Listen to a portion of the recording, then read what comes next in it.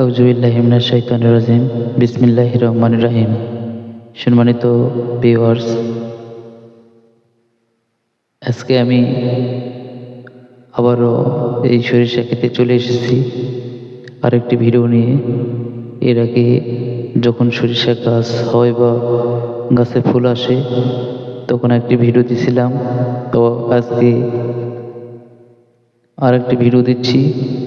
এখানে সরিষা গাছে সরিষায় রূপান্তরিত হয়ে গেছে ইনশাল্লাহ। তো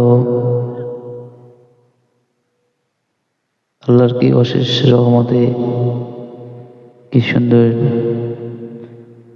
এক সময় হলুদময় হয়ে গেছিল গোটা পুরা ক্ষেত, এখন সবুজে রূপান্তরিত হয়ে গেছে। আবারও কিছুদিন পরে হলুদের মতো আবারও হয়ে যাবে সরিষা যখন পেকে যাবে। তো বন্ধুরা, পুরা মাঠ জুড়ে সরিষা আর সরিষা। এই সরিষা চাষের পদ্ধতি আমার বিগত যে ভিডিওটি দিয়েছিলাম সেই ভিডিওতে দেওয়া আছে, ইনশাল্লাহ আমার ভিডিওটি দেখবেন। আজকে বেশি কিছু আলোচনা করব না, তবে এই সরিষাটি আগামভাবে লাগানো হয়েছে আশ্বিন থেকে কার্তিক মাসের মধ্যে অথবা অক্টোবর থেকে নভেম্বরের মধ্যে এই সরিষাটি রোপণ করা হয়েছিল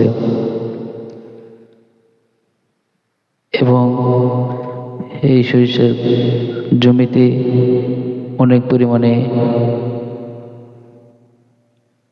মাটি ভেজা ছিল, জন্যই সঠিকভাবে গাছ উঠছে এবং তাড়াতাড়ি করে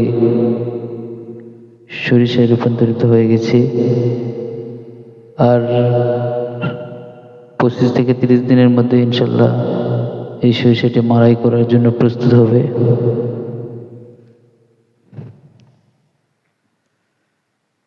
তো এই সরিষার আবার একটি ভিডিও নিয়ে আপনাদের মাঝে আসবো, যখন সরিষাটি যখন পেকে যাবে তখন আর একটি ভিডিও দিব ইনশাল্লাহ।